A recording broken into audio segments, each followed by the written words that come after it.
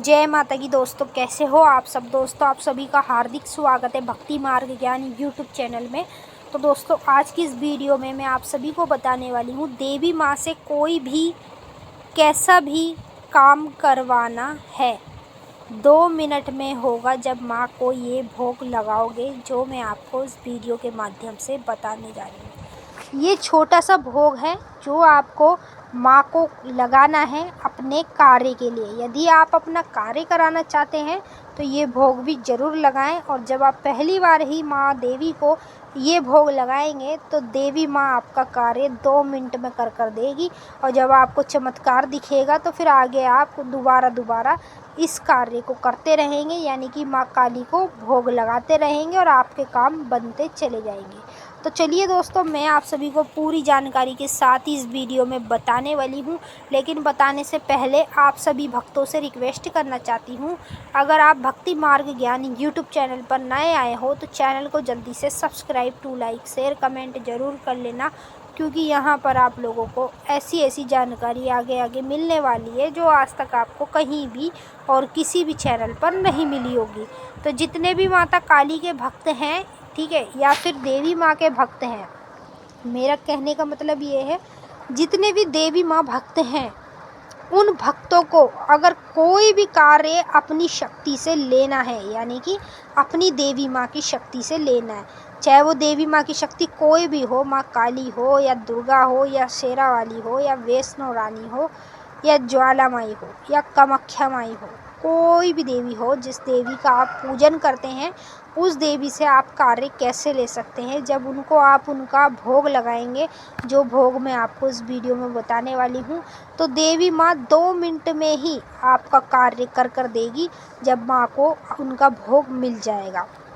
ठीक है, तो मैं आप लोगों को ये बता देती हूँ कि आप लोगों को माँ देवी को क्या भोग अपनी पूजा पाठ में लगाना चाहिए।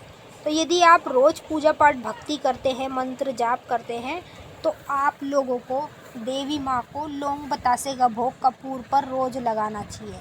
ठीक है, लौंग बतासे का जो भोग होता है देवी माँ को अति ज़्यादा प्रसन्न, मतलब अति ज़्यादा पसंद होता है।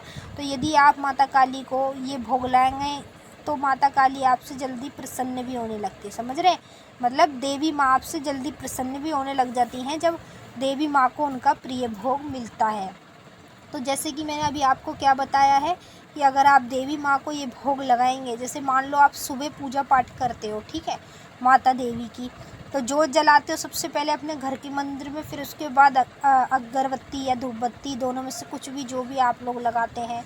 तो फिर उसके बाद आप लोग क्या करते हैं कि बस हमारी पूजा हो गई, यही करते हो ना आप लोग।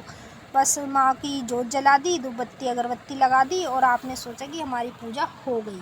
लेकिन ऐसा नहीं होता, क्योंकि जब आप किसी देवी को पूज रहे हैं तो भाई उसको भोग भी तो लगाना है। जैसे मान लो आप हो, ठीक है, आप खाना खाते हो, आपको भूख लगती है, ठीक है, तो उसी तरीके से देवी माँ को भी तो भूख लगती है, उन्हें भी तो उनके भक्त ही खाना खिलाते हैं। तो आप लोगों को पता ही है कि देवी माँ का भोग क्या क्या होता है, ठीक है। जैसे मान लो आपने लौंग बतासे का भोग लगा दिया माँ देवी को, ठीक है, जिसको भी आप पूज रहे हैं, नींबू जायफल की भेंट चढ़ा दी, पान का भोग लगा दिया और सूखे गोले का भोग लगा दिया, पानी वाले नारियल का भोग लगा दिया, 5 मील की मिठाई का भोग लगा दिया, पेड़े का भोग लगा दिया।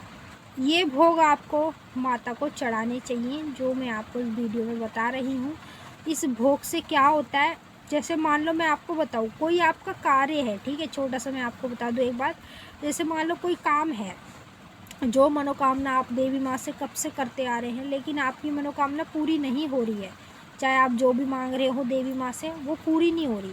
तो जब वो आपकी मनोकामना, पहले तो आपको अपने मुंह से बोल के ही माँ से मनोकामना करवानी चाहिए, यानी कि अपना कार्य कराना चाहिए। यदि मुंह से बोलने के बाद भी, अरदास लगाने के बाद भी आप लोगों का कार्य नहीं होता है, ठीक है, तो आपको फिर आगे क्या करना चाहिए, फिर आगे आपको माँ को भोग देकर अपने कार्य के ऊपर चलाना चाहिए, समझ रहे। और चलाते किस तरीके से, चलाते इसी तरीके से है जैसे कि आपको माँ को चलाने के लिए भोग लगाना है मीठे का। जैसे आपने मान लो 5 मेल की मिठाई माता को भोग लगा दी और माता से कहा, और नींबू जायफल की भी लगा दी, और लौंग बतासे की भी लगा दी। तो आपको माता से क्या कहना है, हे माता मैया परमेश्वरी देवी माँ, मेरा ये कार्य है, आप मेरे इस कार्य को कराइए।